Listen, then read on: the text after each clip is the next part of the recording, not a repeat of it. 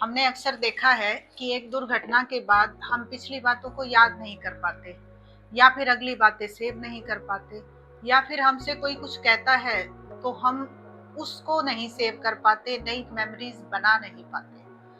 आखिर ये स्थिति है क्या? साइकोलॉजी में इसे एमनेसिया कहते हैं, स्मृति लोप, जहां पर स्मृति, मेमोरीज, यादें, यादाश्त कम हो जाती है, पार्शियली लॉस हो जाता है, या फिर चली जाती है पर कुछ टाइम बाद वापस भी आ जाती है।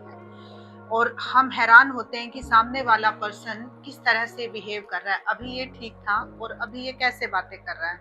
आज जानते हैं इसके बारे में पूरा। मैं डॉक्टर सुमन भारद्वाज, साइकोलॉजिस्ट, और आज हम इसी टॉपिक पर बात करेंगे।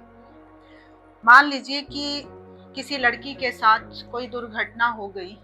जब उसे हॉस्पिटल ले जाया गया और उससे पूछा गया कि आप कहाँ से आई हैं, आप कौन हैं, तो उसे कुछ भी याद नहीं है, वो नहीं बता पा रही, और वो खुद भी कह रही है मैं कौन हूँ, मैं कहाँ हूँ, और वो हैरान है।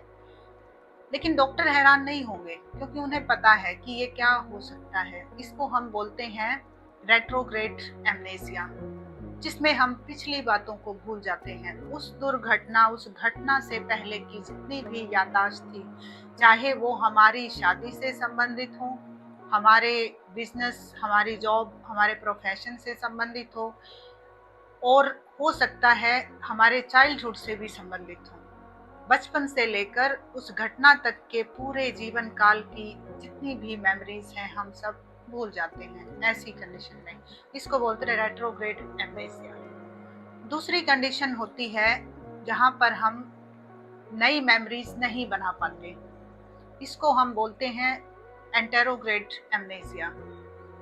अभी दुर्घटना हुई और कुछ टाइम बाद जब हम उस दुर्घटना की चर्चा कर चुके हैं, उसके बारे में बात कर चुके हैं कि ऐसा ऐसा हुआ और इसमें ये सब है और आगे हमें ये प्रिकॉशन लेनी है, 10 मिनट बाद ही अगर आप उस पर्सन से बात करोगे जिसको ये प्रॉब्लम है, तो वो भूल चुका होगा और वो आपसे बार बार पूछेगा कि अच्छा क्या करना है आप बताइए, और आप कहोगे अभी तो हमने बताया था, आप याद क्यों नहीं रख पा रहे हो।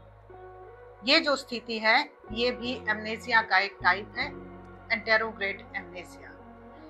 तीसरा टाइप इसका है जिसमें इंसान पूरी तरह से सब कुछ भूल जाता है, लेकिन ये कुछ ही घंटों में ये यादाश्त वापस आ जाती है। इसको हम बोलते हैं ट्रांजिएंट ग्लोबल एमनेसिया, TGA। इसमें जैसे ही घटना हुई, पेशेंट का ट्रीटमेंट किया जा रहा है, वो एकदम से कहेगा कि मुझे कुछ याद नहीं, मैं कौन हूँ, मैं कहाँ से आया हूँ, मुझे क्या हुआ है, और कुछ ही समय बाद आप देखोगे कि उसकी पूरी मेमोरी वापस आ गई। ऐसा भी होता है। ये TGA है, ये भी उसका एक टाइप है।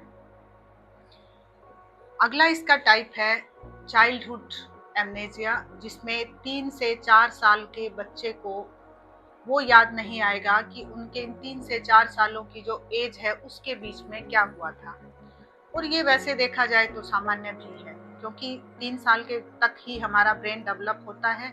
तो इसका सिंपल सा मतलब है brain wasn't developed, brain develop ही नहीं हुआ था, इसीलिए मेमोरी जो है वो एनकोड नहीं हुई, स्टोर नहीं हुई, और इसीलिए वो रिट्रीव नहीं हो पा रही है। तो यहाँ पर एनकोडिंग, स्टोरेज और रिट्रीवल में प्रॉब्लम ब्रेन डेवलप ना होने की वजह से है, और ये एक नेचुरल प्रोसेस है, ना कि कोई ब्रेन डिफॉर्मिटी और कोई न्यूरोलॉजिकल कंडीशन। तो इसको सामान्य माना जा सकता है। इसी का एक टाइप है एमनेसिया का ही, DID, डिसोसिएटिव आइडेंटिटी डिसऑर्डर। और ये डिसोसिएशन किससे होता है कि जो भी ट्रॉमा या आघात या फिर दुर्घटना, एक्सीडेंट हुआ है, उसकी जो मेमोरीज हैं वो इतनी दर्दनाक थी कि मन ने उनको स्प्लिट कर दिया, टुकड़ों में बांट दिया, और अब वो पर्सन खुद ही एक शिफ्टिंग मोड में चला जाता है, और जब जब उसके सामने कोई खतरा आता है, वो अपनी पर्सनालिटी को ही चेंज कर लेता है। एक ही पर्सन के अंदर बहुत सारे पर्सन, बहुत सारी पर्सनालिटी, बहुत सारे व्यक्तित्व। ये काफी मुश्किल है फिर पहचानना, लेकिन एक proper diagnosis, proper medical procedure से हम इसे पहचान सकते हैं, इसे मैनेज भी कर सकते हैं। ये सब एमनेसिया के वो टाइप हैं जहाँ पर मेमोरी से संबंधित एक कठिनाई होती है, एनकोड करने में, स्टोर करने में और रिट्रीव करने में।